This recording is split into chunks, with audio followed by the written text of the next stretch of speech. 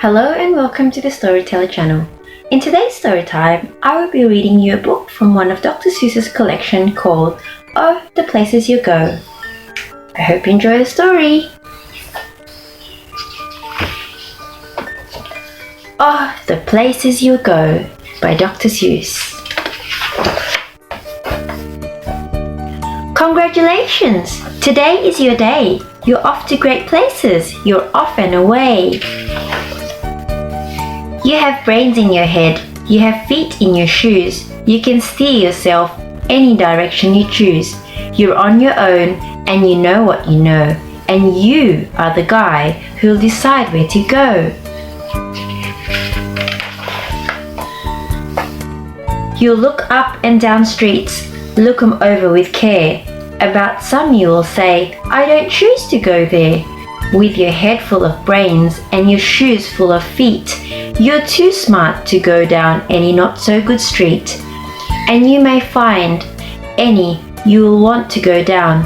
In that case, of course, you'll head straight out of town.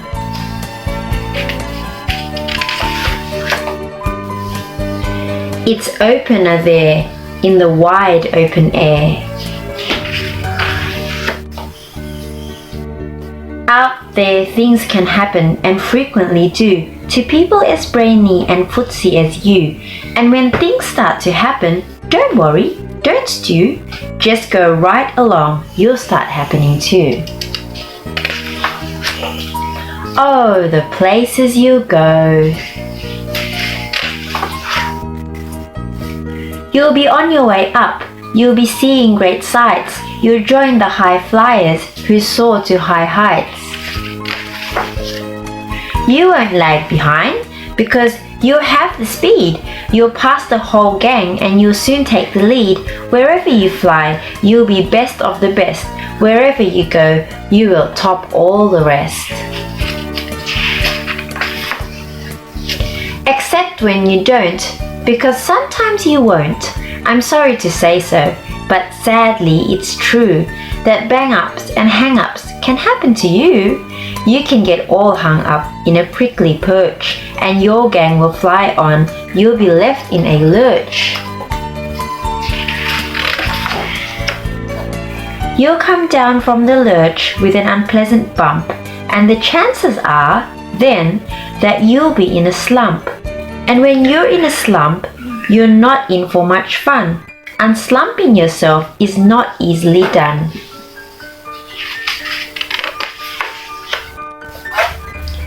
You will come to a place where the streets are not marked. Some windows are lighted, but mostly they're darked. A place you could sprain both your elbow and chin. Do you dare to stay out? Do you dare to go in? How much can you lose? How much can you win? And if you go in, should you turn left or right? Or right and 3/4, or maybe not quite. Or go around back and sneak in from behind. Simply it's not, I'm afraid you will find, for a mind maker upper to make up his mind.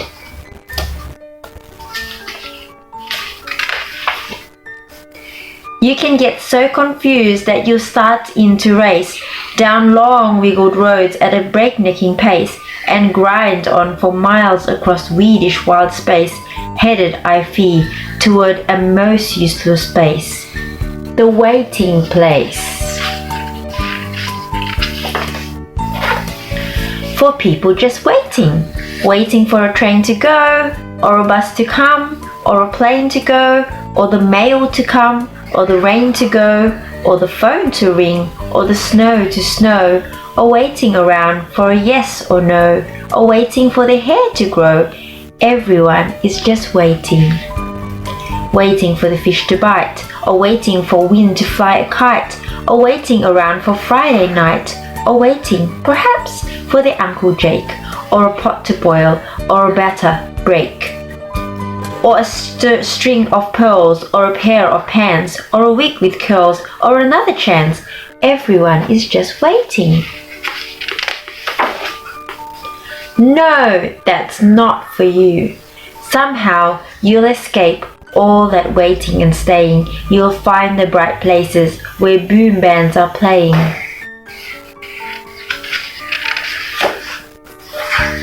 with banner flap flipping. Once more you ride high, ready for anything under the sky, ready because you're that kind of a guy. Oh, the places you go! There is fun to be done, there are points to be scored, there are games to be won, and the magical things you can do with that ball, you will make you the winningest winner of all.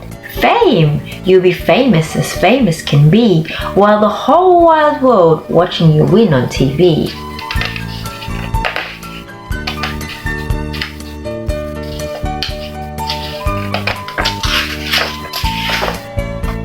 Except when you don't, because sometimes you won't. I'm afraid that sometimes you'll play lonely games too. Games you can't win, cause you'll play against you. All alone, whether you like it or not. Alone will be something, you'll be quite a lot. And when you're alone, there's a very good chance you'll meet things that scare you right out of your pants. There are some down the road between hither and you that can scare you so much you won't want to go on. But on you will go, through the weather be foul. On you will go, through the enemy's prowl. On you will go, through the hack and crawls howl.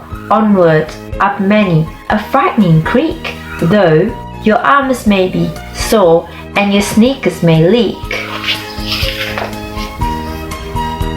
On and on you will hike, and I know you'll hike far and face up to your problems whatever they are.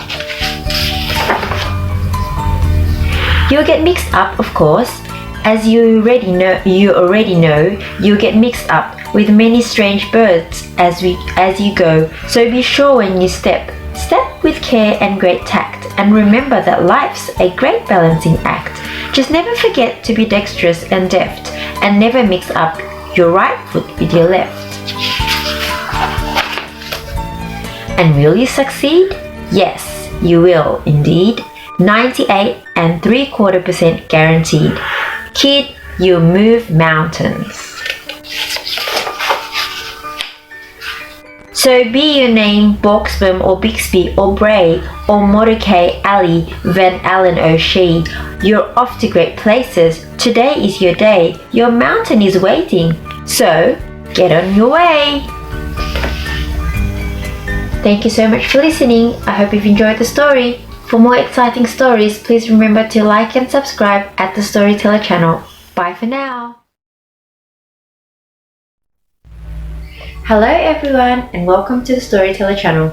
In today's story time, I will be reading you a book from the Octonaut series called Octonaut and the Adelie Penguins.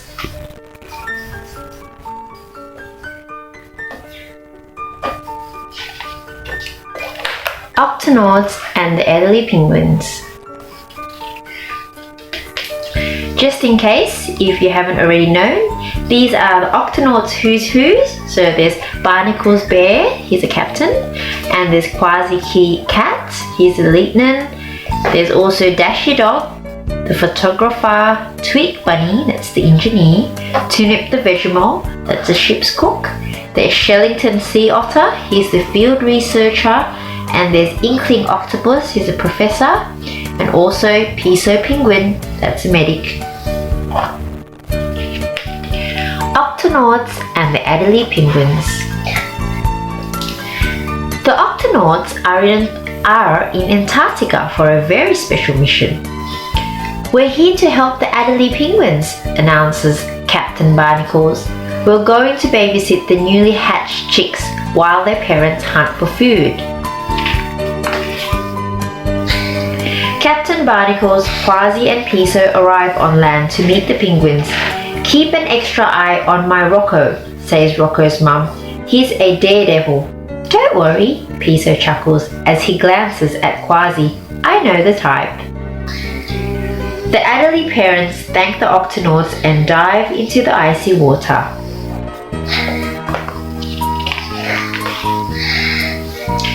Captain, Dashy calls over the radio.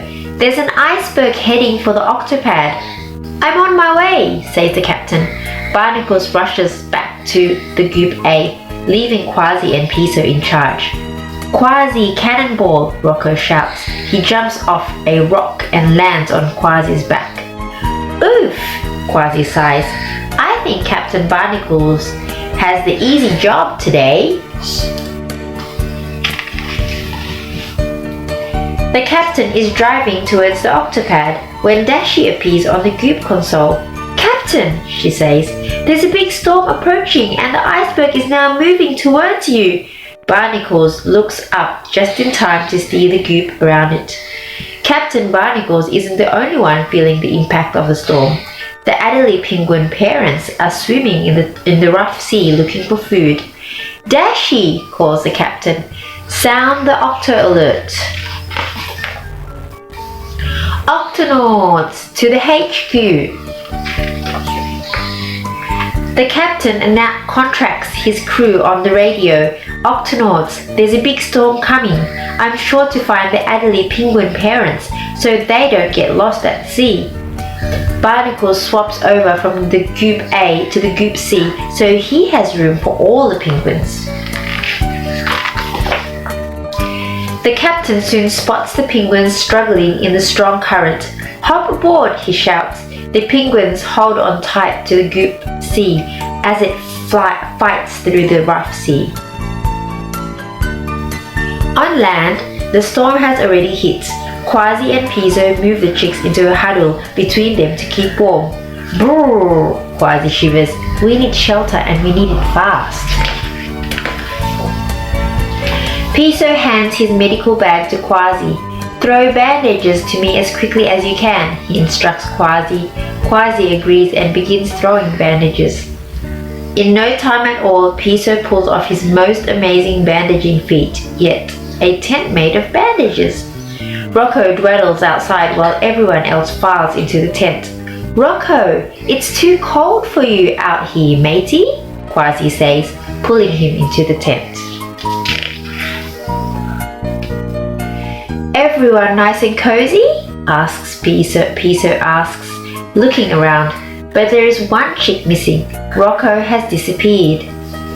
Rocco! Quasi and Piso shout together. Quasi charges out into the storm and spots Rocco on top of a rock. Suddenly, an albatross swoops down and grabs him. Hold on, Rocco! I'm coming! Quasi yells. He jumps off a rock and launches into the air. Quasi snatches Rocco out of the grip of the albatross and together they fall back to earth, shouting, Cannonball! Meanwhile, the captain is nearly at the beach with the Adelie parents when the iceberg blocks his path.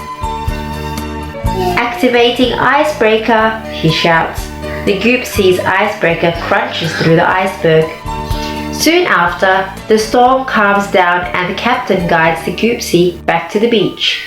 Rocco runs over and hugs his parents. You'll never guess the fun I've had today, he tells them. Captain's log. Calling all Octonauts. Our mission to the Antarctic required new skills, babysitting skills. We thought this mission would be easy, but we learned firsthand what the Adelie penguins have to go through to raise their chicks in the coldest place on Earth. Creature report, the Adelie penguin. Adelie penguins live in Antarctica. Most of their lives are spent at sea on ice floats. But once a year they come ashore to build their nests, lay their eggs and hatch their chicks. Adelie penguins mainly eat krill, but they also eat fish. They live in the sunlight zone and on land they eat krill and they also eat fish. Octofacts. Adelie penguins build nests out of pebbles and little rocks. They also use these rocks as presents and give them to each other as a sign of affection. The penguin chicks are covered in down that isn't warm enough to handle the icy water, so the parents have to leave and get food for them. Icebergs sometimes break and blocks access to the shore, making it difficult for the parents to get back to their chicks. The end. I hope you've enjoyed the story. For more exciting stories, please remember to like and subscribe at the Storyteller channel. Bye for now. Hello and welcome to the Storyteller channel. In today's story time, I will be reading you a book called Peppa the Mermaid.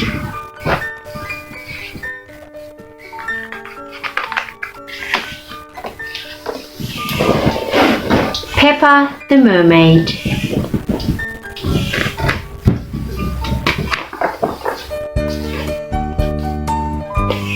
One afternoon, Peppa and Rebecca Rabbit were playing mermaids. "Aren't mermaids amazing, Rebecca?" said Peppa. "I'd love to have a shiny tail and swim underwater every day."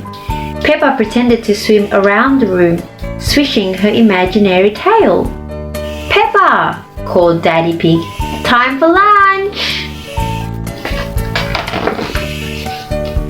At lunch, Peppa couldn't stop talking about mermaids. "Mermaids only eat starfish-shaped sandwiches," she said. "Mermaids can swim and dance at the same time." "Let's have an under-the-sea party," said Rebecca. "Yes," cheered Peppa.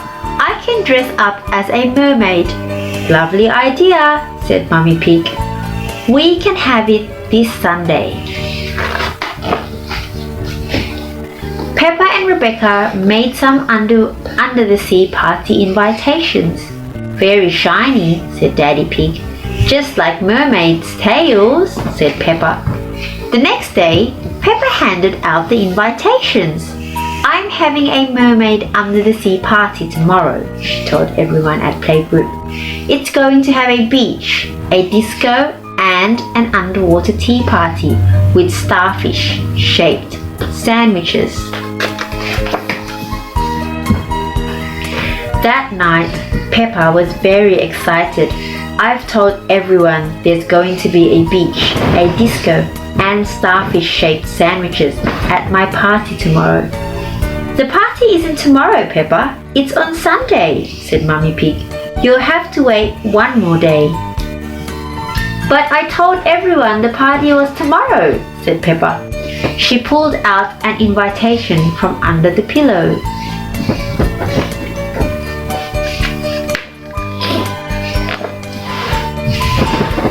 "Oh no," said Mummy Pig, looking at the invitation. "We forgot to put the date on the invitations." "Well, we'll just have to do what we can for tomorrow then," said Daddy Pig, smiling. "Don't worry, Peppa," said Mummy Pig. "We'll sort something out. Now get some sleep and we'll see you in the morning."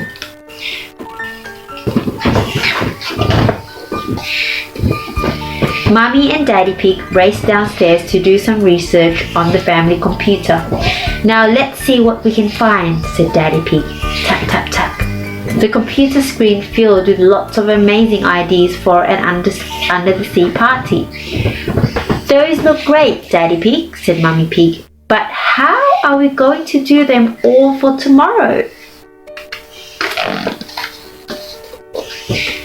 Daddy Pig thought hard. "I'm not sure," he said, yawning. "I am a little bit tired. Maybe we should get some help." "Yes," agreed Mummy Pig. "What about that big red button? Miss Rabbit, emergency party planner, and entertainer extraordinaire," Daddy Pig read.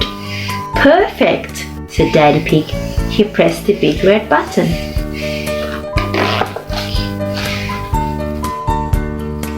Just then, there was a knock at the door. "Miss Rabbit, emergency party planner and entertainer extraordinaire," said Miss Rabbit. I hear you are in need of an under-the-sea party." "Yes," said Daddy Pig, telling Miss Rabbit. "They're ideas for tomorrow." "No problem," said Miss Rabbit. "You go to bed. I've got this."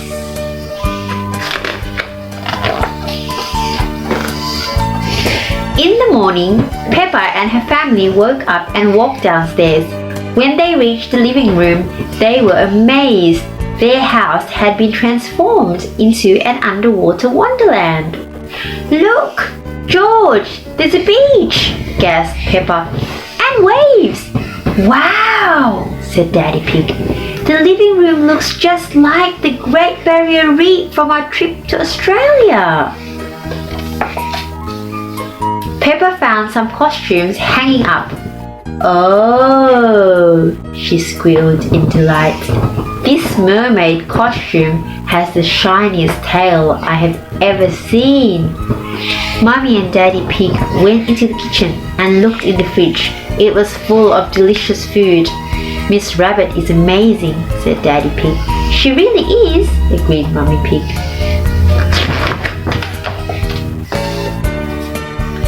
That afternoon, Peppa and George's friends arrived. They were all dressed in their underwater costumes. Hello, said Peppa, swimming up to greet them. I'm Peppa the mermaid and this is George the crab.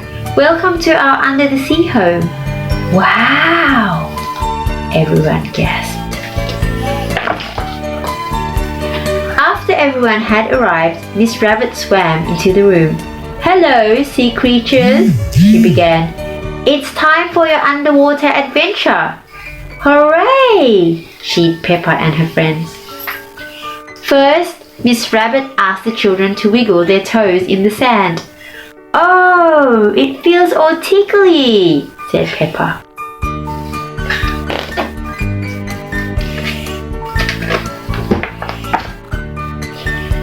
Next, Miss Rabbit handed out seashells. Put the shells into your ears and tell me what you can hear. The sea! Shouted all of the children. Then Miss Rabbit gave them some smelly toy fish. Take a good sniff. What can you smell? Shouted the children. Fishy. Well, we are at the seaside, said Miss Rabbit. Now, sea creatures, said Miss Rabbit, are you ready to dive down to the bottom of the ocean for an underwater tea party? Yes! Shouted the children. After everyone had eaten, Miss Rabbit taught the children how to swans. It's swimming and dancing at the same time, yelled Miss Rabbit over the music, frantically waving her arms around. Follow me! Swim, swim, big fish, little fish. Being a mermaid is amazing, Daddy, cried Peppa. Can we have another under the sea party next week? We'll see, Peppa, joked Daddy Pig as he swanced around the room. Being a mermaid is a lot of fun. Thank you so much for listening. I hope you've enjoyed the story. For more exciting stories, please remember to like and subscribe at the Storyteller channel. Bye for now. Hello and welcome to the Storyteller channel. In today's story time, I will be reading you a book from the Octonauts series called Octonauts and the Giant Squid.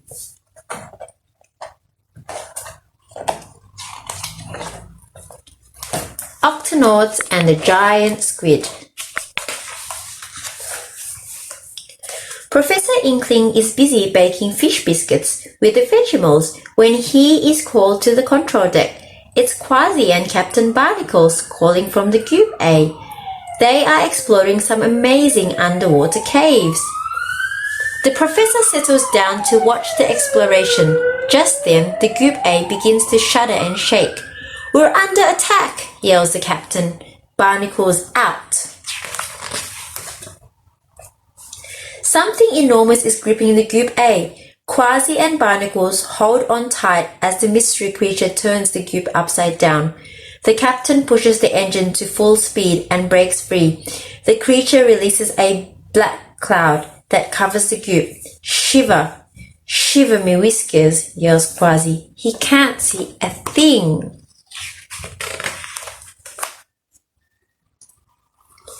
When the cloud clears, the creature is gone. Quasi and Barnacles return to the octopad. In the launch bay, Twig checks over Twig checks over to the group A. It's covered in slimy black ink and strange prints. She puzzles over the odd marks. The professor studies the strange prints too. Unless I'm very much mistaken, he announces, these are sucker prints made by my cousin, Irving, the giant squid.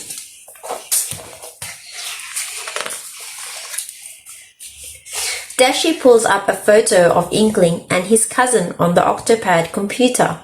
Inkling sighs, it's not a very good picture.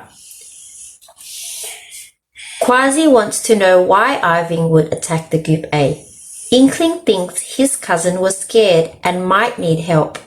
We need to make sure he's alright, Inkling says. Sound the octo alert.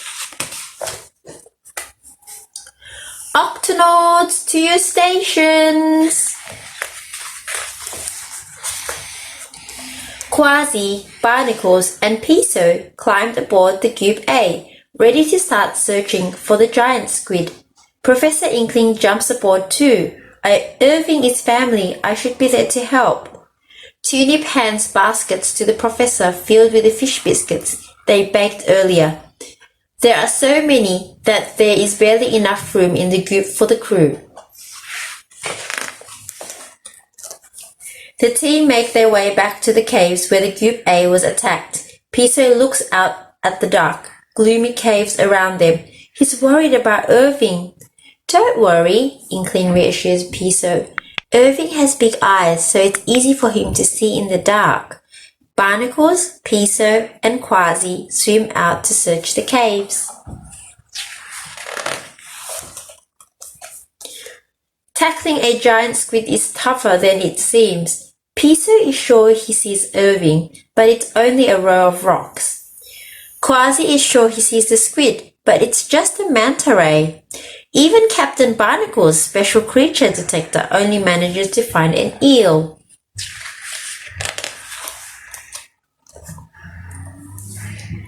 Keeping watch inside the Group A, Professor Inkling is trying to resist the delicious smell of fish biscuits. Suddenly, the group is gripped by a pair of giant red tentacles. It's Cousin Irving. Barnacles, Quasi, and Piso swim back to find the biggest squid they had ever seen holding the Group A. Irving apologizes for scaring the Octonauts. I've been looking for food all day, he explains. You could smell the biscuits and thought the group might be food, Inkling guesses. The professor swims out with a basket of biscuits for his cousin. When Irving's tummy stops rumbling, the Octonauts take him back to the Octopad to meet the rest of the crew. Dashi pulls out her camera and takes a new photo for Professor Inkling's family album. The professor is happy he could help his cousin and finally has the perfect photo of them he can treasure forever. Captain's log. Calling all Octonauts. After the Group A narrowly escaped a squid attack, our hunt for Irving began. We discovered that Professor Inkling's cousin has big eyes, enormous tentacles, and a giant appetite to match. Creature report, the giant squid. The giant squid is a large sea creature. Its arms have suckers, just like an octopus. It lives in the twilight zone. It eats fish and squid. Octofacts. Number 1. The giant squid has the largest eyes of any creatures in the sea. Number 2. It squirts ink when it's scared, so it can swim away without being seen. Octofact number 3. The giant squid has an excellent sense of smell.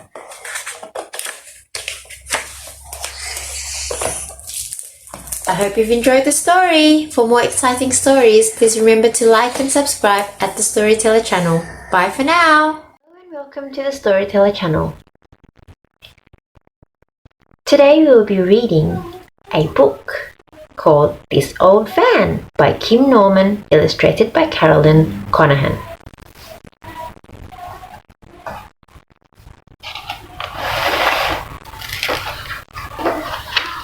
This old van.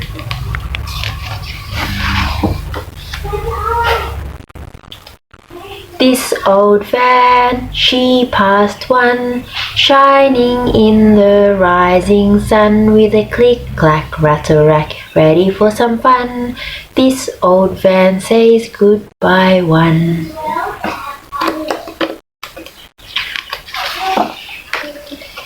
This old van, she passed two, friendly flaggers wave her through with a click-clack, rattle-rack, tooting at the crew. This old van says goodbye too. That goodbye too. Two of the construction cars. This old van, she passed three, ploughing round a tulip tree with a click-clack, rattle-rack, baggage flying free. This old van says goodbye three.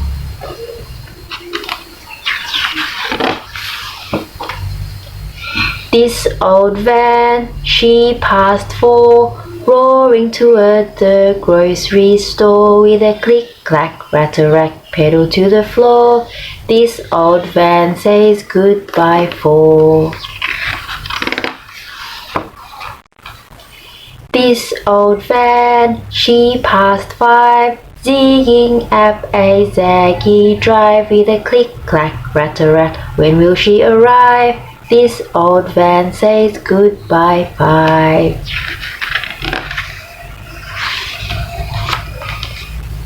This old van, she passed six, hauling 500,000 bricks with a click-clack, rattle-rack, spitting oily slicks.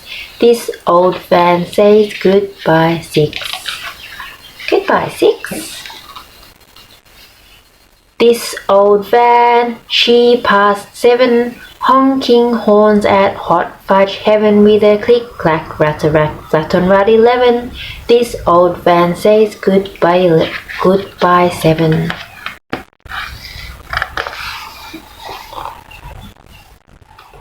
This old van, she passed eight, riding high as shiny fright with a click-clack, rattle-rack, now she's running late. This old van says goodbye eight. This old van, she passed nine, just before the country line with a click-clack, rattle-rack, glad to see the sign. This old van says goodbye nine.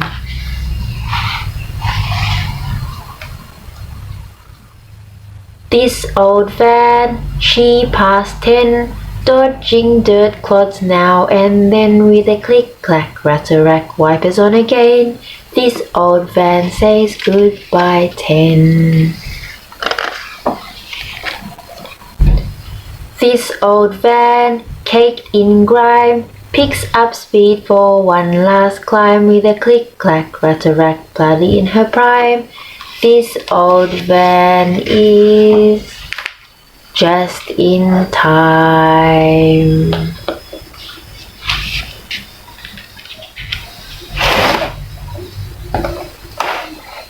Thank you so much for watching. For more exciting stories, please remember to like and subscribe at the Storyteller channel. Bye for now. Hello and welcome to the Storyteller channel. In today's story time, I will be reading you a book called The Wonky Donkey. Words by Craig Smith and illustrations by Kat Coley. The Wonky Donkey. I was walking down the road and I saw a donkey. He howled and he only had 3 legs. He was a wonky donkey. I was walking down the road and I saw a donkey. He howled. He only had 3 legs and 1 eye. He was a winky wonky donkey. I was walking down the road and I saw a donkey. He howled. He only had 3 legs, 1 eye, and he liked to listen to country music. Yee-haw! He was a honky tonky winky wonky donkey. I was walking down the road and I saw a donkey, hee-haw. He only had 3 legs, 1 eye, he liked to listen to country music, and he was quite tall and slim. He was a lanky, honky, tonky, winky, wonky donkey. I was walking down the road and I saw a donkey, hee-haw. He only had 3 legs, 1 eye, he liked to listen to country music, he was quite tall and slim, and he smelled really, really bad. He was a stinky, dinky, lanky, honky, tonky, winky, wonky donkey. I was walking down the road and I saw a donkey, hee-haw. He only had 3 legs, 1 eye, he liked to listen to country music, he was quite tall and slim, he smelled really, really bad, and that morning he'd got up early and hadn't had any coffee. He was a cranky, stinky, lanky, honky, tonky, winky, wonky donkey. I was walking down the road and I saw a donkey, hee-haw. He only had 3 legs, 1 eye, he liked to listen to country music. He was quite tall and slim, he smelled really, really bad. That morning he'd got up early and hadn't had any coffee, and he was always getting up to mischief. He was a hanky, panky, cranky, stinky, dinky, lanky, honky, tonky, winky, wonky donkey. I was walking down the road and I saw a donkey, hee-haw. He only had 3 legs, 1 eye, he liked to listen to country music. He was quite tall and slim, he smelled really, really bad. That morning he'd got up early and hadn't had any coffee. He was always getting up to mischief, but he was quite good looking. He was a spunky, hanky, panky, cranky, stinky, dinky, lanky, honky, tonky, winky, wonky donkey. I was walking down the road and I saw a donkey, hee-haw. Thank you so much for listening. For more exciting stories, please remember to like and subscribe at the Storyteller channel. Bye for now. Hello and welcome to the Storyteller channel. Today we'll be reading you a book from the Thomas and Friends series about Nothing to Be Afraid of. It's a story about being scared of the dark.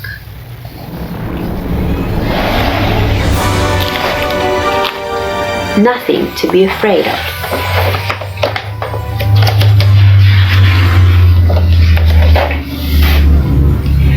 It was a busy day on the island of Soda. Henry had spent the day pulling heavy cargo to and from Brendam docks. He needed to rest.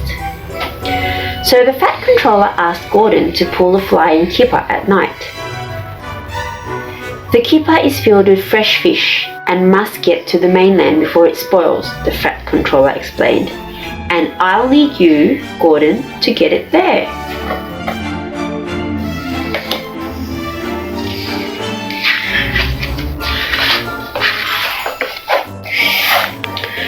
Yes, of course, sir, Gordon replied. But he was not very happy about his job. I had a busy day too, he moaned, and now I have to do Henry's nighttime run. It just doesn't seem fair if you ask me. But the real reason that Gordon did not want to pull the flying kipper that night was because he was scared of the dark. Imagine a big, fast, splendid engine being afraid of anything, let alone the dark. Gordon was embarrassed that he was scared.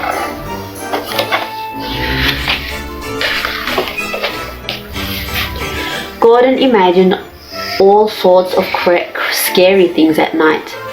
There could be creepy creatures lurking everywhere, just waiting to frighten him. Even noises that never bothered him in the daylight scared him. Because when the sun went down, everything was different. An engine always had to watch his wheels in the dark. After the Fat Controller left Tidmouth's sheds, Thomas turned to Gordon. Gordon, he said, shouldn't you go and get the flying kipper? It's getting late, you know. Gordon rolled his eyes at Thomas. Yes, I'm going, he grumbled. Then the big engine pumped his pistons and puffed off to collect the flying kipper. He had not gotten very far when 2 spooky yellow eyes blinked at him from beside the tracks.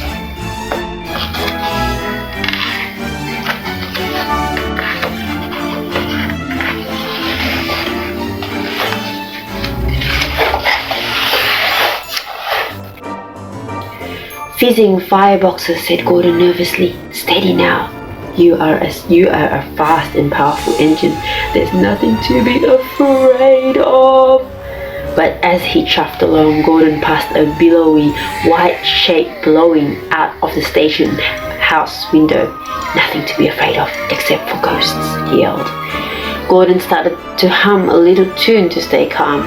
It was working until he passed by Farmer McCall's barn.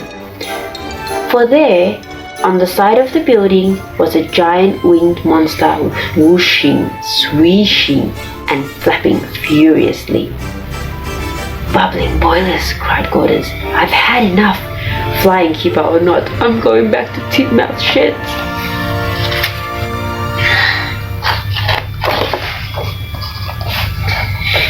When Gordon arrived at the sheds, Henry looked puzzled. Gordon, he said, back so soon? Is everything okay?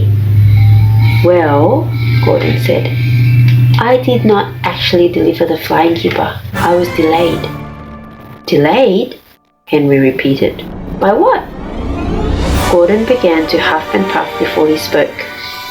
First, by a creepy, yellow-eyed creature. Then, by a white, whooshing ghost. And finally, by a frantic, flapping monster.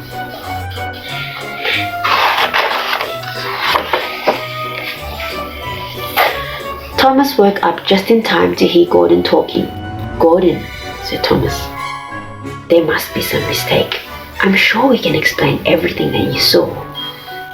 No, Thomas, Gordon replied. I'm telling you that there were frightening creatures all along the tracks tonight. Suddenly an idea flew into Thomas's funnel.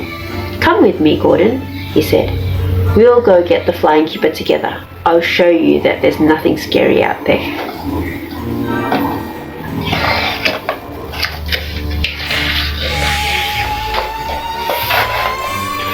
As the two engines chuffed along, they passed the blinking yellow eyes on the side of the tracks. Thomas shined his lamp at the creature.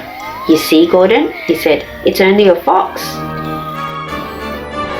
Next, the engines passed the station house, looking for Gordon's ghost. Again, Thomas shined his lamp at the window.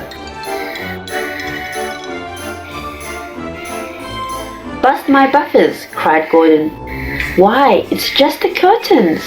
The big engine felt silly for feeling scared.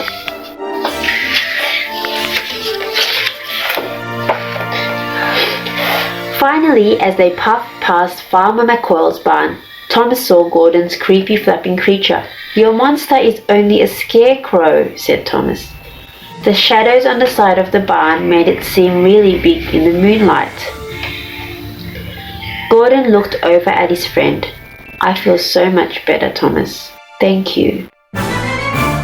You know, Gordon, said Thomas, you can always tell a friend if you're feeling scared. You're right, Thomas, Gordon said. I was afraid to pull the flying keeper in the dark, but I know that I can do it now. I just needed a little help.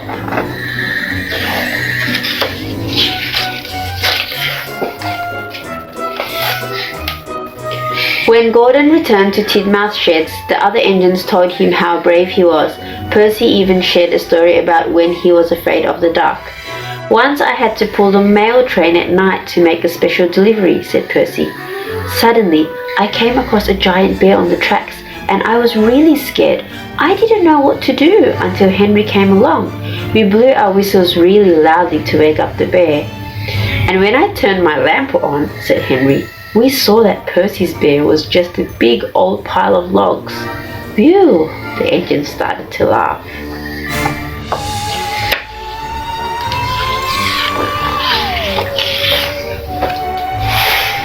See, said Percy, it's always good to tell a friend and ask for help if you're scared. And you should keep your lamp on at night, said Thomas. That way you can see what's really out there.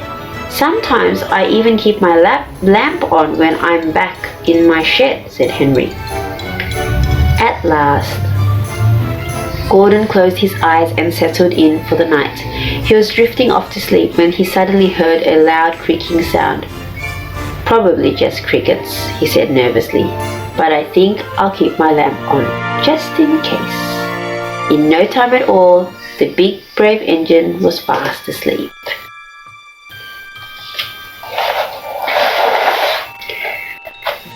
Bye-bye and thanks for watching. Please remember to like and subscribe at the Storyteller channel for more interesting videos.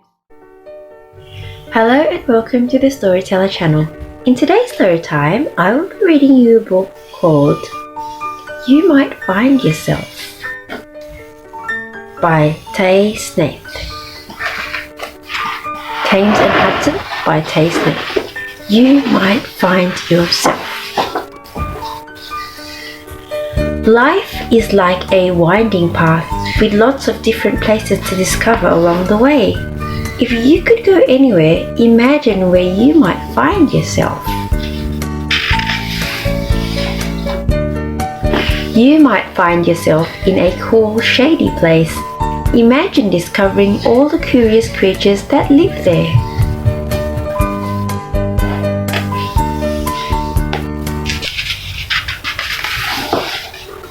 Or you might find yourself in a bright, summery place. Imagine what you might make before it gets washed away.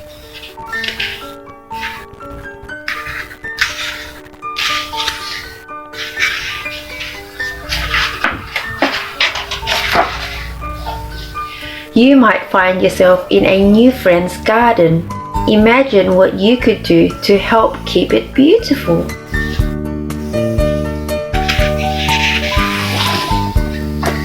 Or you might find yourself in a difficult situation where it hurts a lot.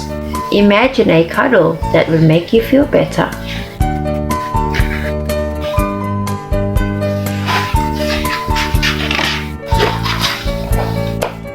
You might find yourself on a train full of thoughts, imagining how it feels to be someone else.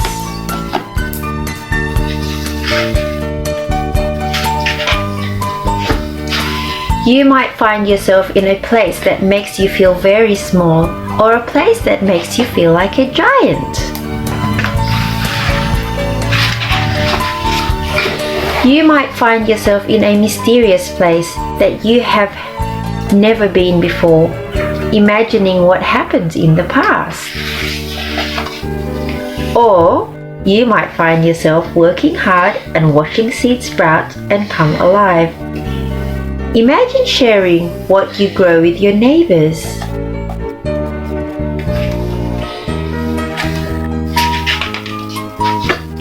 You might find yourself a little bit confused at times about which way to go. Imagine what might be down the road for you. It may not always be what you expect.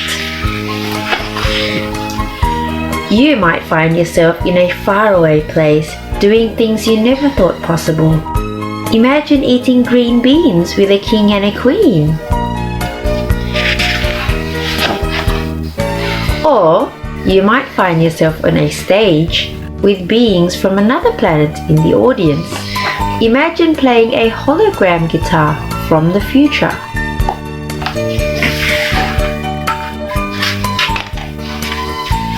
You might find yourself in an ancient, sacred place, imagining the stories and songs of that land and its people. While on life's path, you will find yourself making lots of choices. Imagine paving your own way. But no matter where you might find yourself, you're sure to meet many friends who will help you on your way. Together you might ask, where should we go next?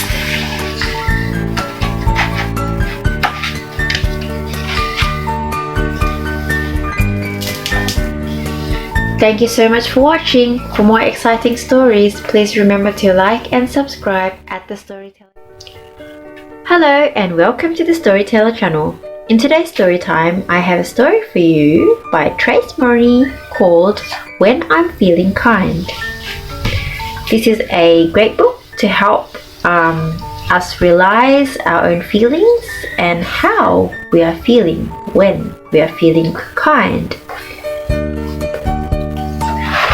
When I'm feeling kind, written and illustrated by Trace Moroney.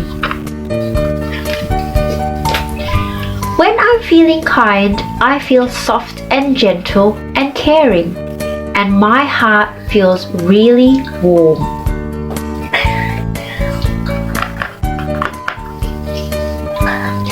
When I'm feeling kind, I like to do things that help other people.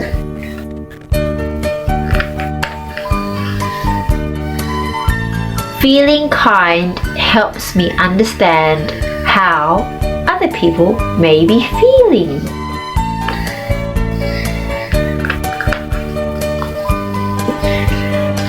There are many things that I like to do when I feel kind, like help my mum clean the house, or listen to a friend talk about a problem they have, or give a friend a big hug when they feel sad.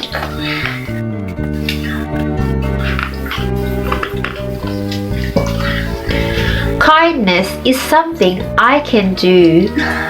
I can also give to myself.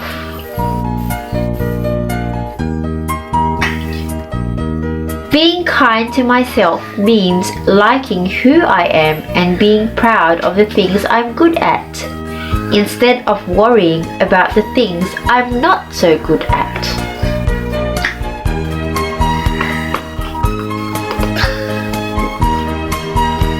Being kind to myself means looking after my body. I look after it by eating healthy food, exercising every day, and getting lots of sleep. When I'm feeling kind, I find it easy to be polite and have good manners. When I ask for something, I always say, please. And when someone gives me something, I always say, thank you. Kindness is something that makes everyone feel really good, especially me.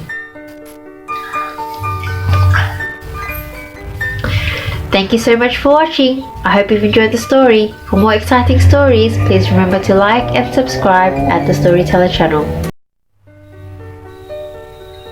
The Pear in the Pear Tree by Pamela Allen.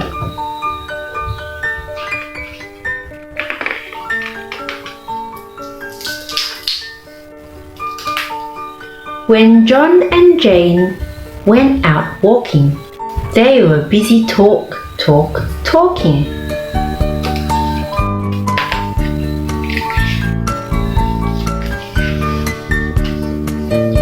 Until, look, said John, look up there. I can see a juicy pear. They couldn't reach.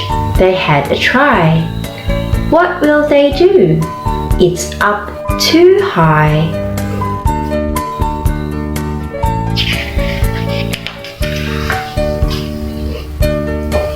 They fetched a ladder. I'm ready, said Jane. You must hold it steady. But just as Jane was reaching out, poor John let out a warning shout.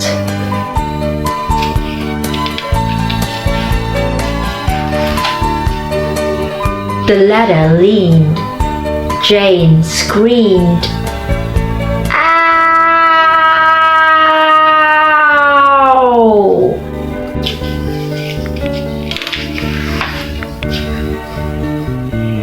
Now clinging to the topmost rung, just like a metronome, she swung back and forth, back and forth.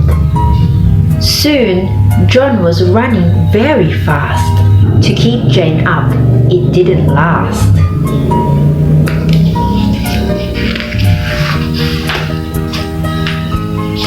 Jane, like a fishing lure, was cast. Ow! Splosh! A bird was sound asleep that day in a pond not far away. when Jane came hurtling from the sky and landed splosh nearby. The startled bird got such a scare, she was shot up in the air. Ark!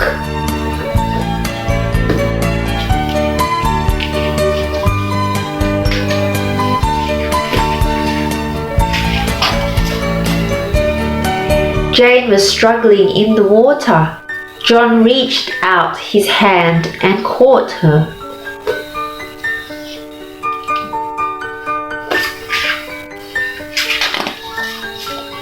Now Jane was wet with dripping hair, but still they had to have that pair. How will they ever reach up there? How will they ever get that pair? Boing! The bird dropped from the sky and landed on the branch up high. She landed plonk in quite a state and bent the branch with her great weight. Although she landed heavily and bounced and rocked unsteadily.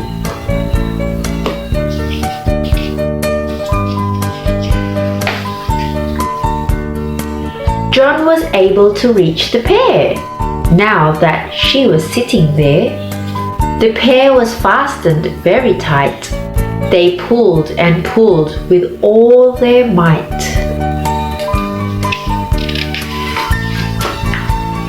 Twang! The precious pair came free, and then the bird, as you can see, was catapulted from the tree. She landed splop back in the pond, safe and sound where she belonged.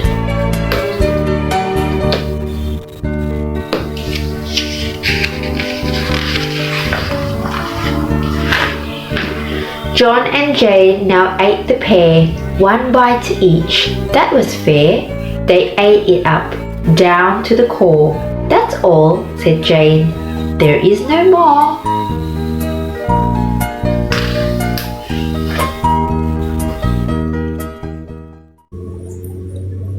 Hello and welcome back to the Storyteller channel. Today's story would be about Rapunzel, Rapunzel, wash your hair. It's a story about hair hygiene. Do you like to wash your hair?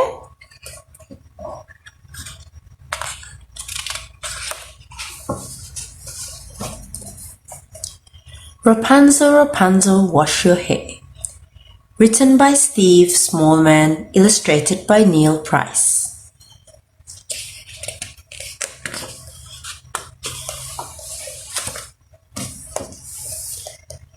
Once upon a time, there was a young girl called Rapunzel who had really long hair. She'd been kidnapped by a wicked witch who kept her in a room at the top of a very tall tower. The tower had no staircase and no front door.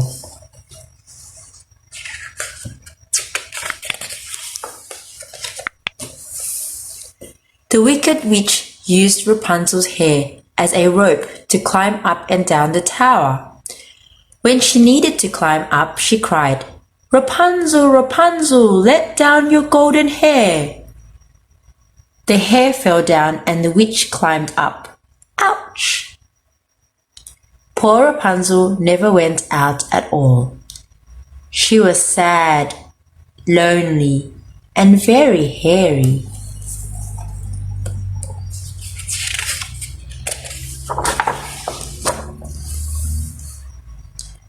Having so much hair was hard work. Rapunzel was always tripping over her hair. It was such an effort to wash and brush that, after a while, she just didn't bother. She sat by the window daydreaming about being rescued by a handsome prince. Her hair got dirtier and dirtier.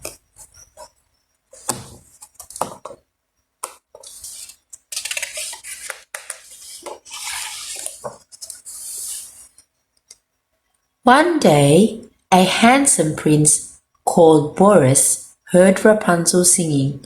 He followed the sound to the tower. He tried to climb the tower, but it was too smooth and he couldn't get a grip.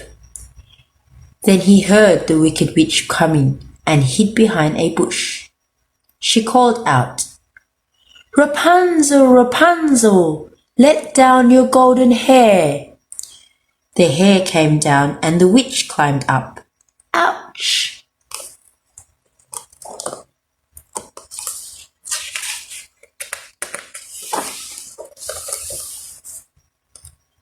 Boris waited for the witch to climb back down. Then, when he was sure she was gone, he sneaked up to the tower and in his best wicked witch voice cried, "Rapunzel, Rapunzel, let down your golden hair." The hair came down, but it was filthy. "Yuck!" he cried. "I'm not climbing up that." He stomped off in a huff.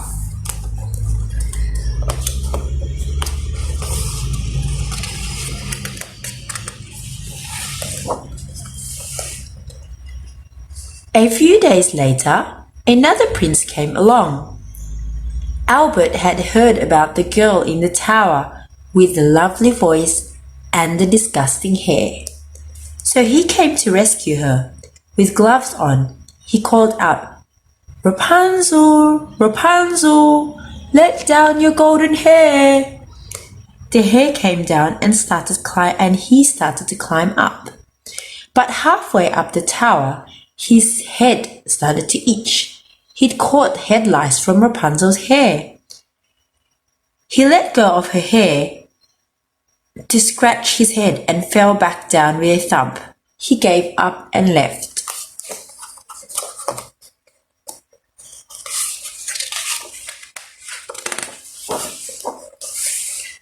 Rapunzel's hair got so grubby and grim that even the witch couldn't stand it anymore.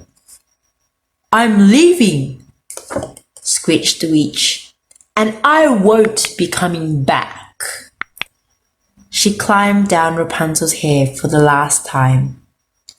It was so greasy that she lost her grip and slipped to the bottom of the tower with a splat.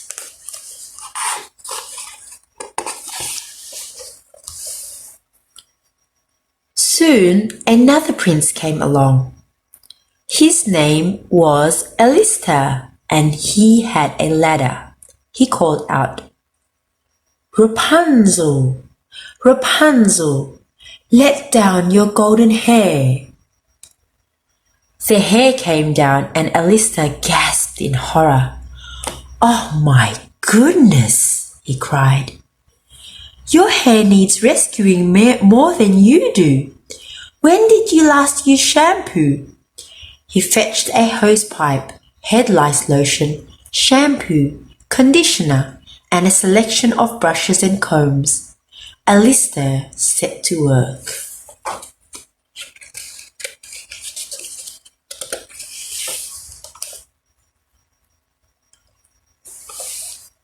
It took all day, but by the time Alistair had finished, Rapunzel's hair was clean, shiny, golden, and beautiful. Then the prince helped Rapunzel climb out of the tower. "Oh, thank you, my handsome prince," sighed Rapunzel. "You have saved me and my hair. I suppose you'll want to marry me now?" "No thanks," said the prince. "But would you like a haircut?"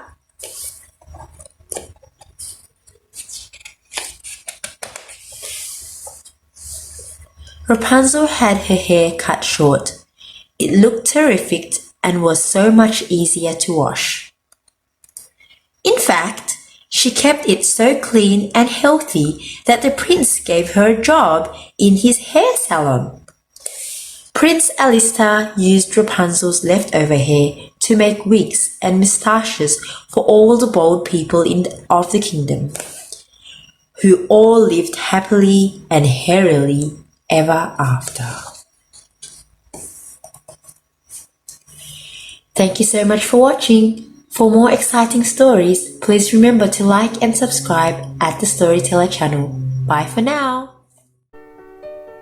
Places to Be, written by Mac Barnett, illustrated by Renata Liuska. Places to Be.